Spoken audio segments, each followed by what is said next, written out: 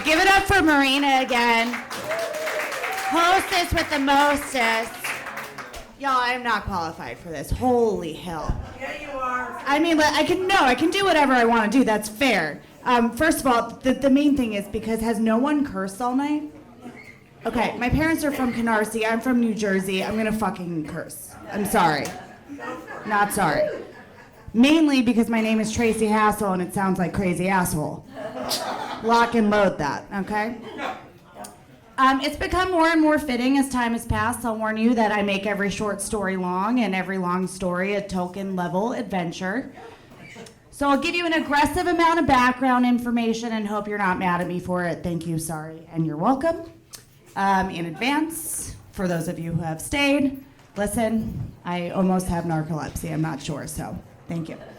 This both is and isn't a love story. It all started when I made the executive decision to leave the Beast Coast and my cold, angry life behind. I rented an SUV, packed it with the most vital essentials. My dog Samson, beef jerky, and a large life-size portrait of Mario and Luigi. And hightailed it to the land of shiny, happy, skinny people. We touched down in La La Land during Halloween week of 2019. I had roughly 3 months of exploring the comedy scene, learning how to play pool during lost and lonely days at the Old Man Dive Bar across the street, and going on entirely too many Tinder dates just to, how else are you gonna learn the town when you first move here? I don't know. Then the world shut down. And when we thought it would be just for 2 weeks, I defeated aggressive puzzles, joined many drunken FaceTimes, and performed on Zoom comedy shows in my prom dress. Whatever. 2-week period ended and turned into years of self-reflection in a 500 square foot junior 1-bedroom, which just meant there's an arc instead of a wall. Whatever. It's fine. Tinder dates were not great without the door for the dog and the whatever. So there were days when the only thing getting me out of bed was a thing called witch talk. You guys know TikTok, right? Okay, so, magical humans on the internet told me I was a bad bitch who needed to get the fuck out of bed. Excuse me, cursing again. And sometimes I was motivated enough to do so, but one fateful morning when I was not in the mood, the dreaded doom scroll led me to an Instagram account that would forever change my life. It's called Shaky Willow Tree, and it's dedicated to posting clips of who I now consider my future husband, Hosier. Yeah? Okay, cool. The videos showcase fans' extreme reactions to the powerhouse performer in lovingly hilarious ways. Up until that point, I, like many others, was only familiar with the artist for his famous song, Take Me to Church. The inspiration for this was a response to religious persecution and repression of the gay community in Russia. I already knew this man was brilliant, talented, and revolutionary. I did not, however, expect to be spending 2 hours reading adorable reactions about him, such as, when will Hosier appear to me? In a misty forest to lure me away with enchanting music and the promise of eternity.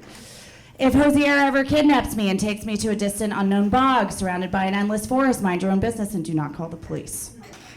And one of my forever favorites, my wig quietly and peacefully ascended from my head.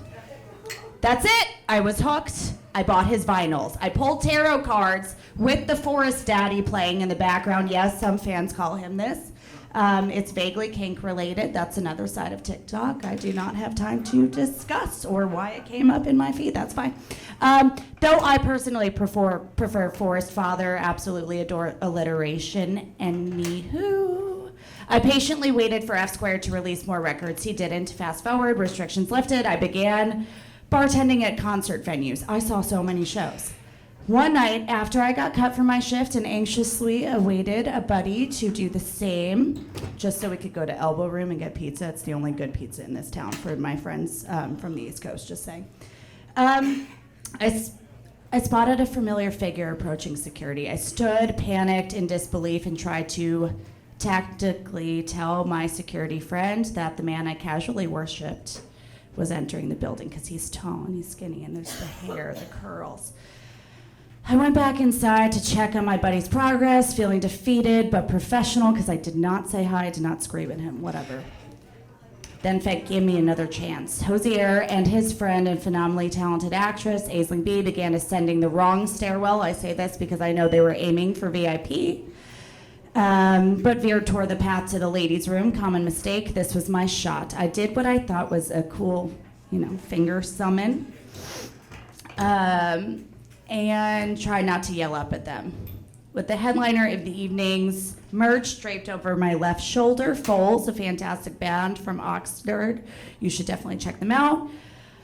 I took on, this is the shirt, by the way. It was on my shoulder. It was the whole thing. I looked like a nerd, and I am a nerd. So I took the role of venue guide and told them where their secluded section, sans toilets, was. I quickly threw in that I thought their comedy relief videos during the pandemic were hilarious and shamed my man for not personally letting me know that he was in town at the Bowl recently.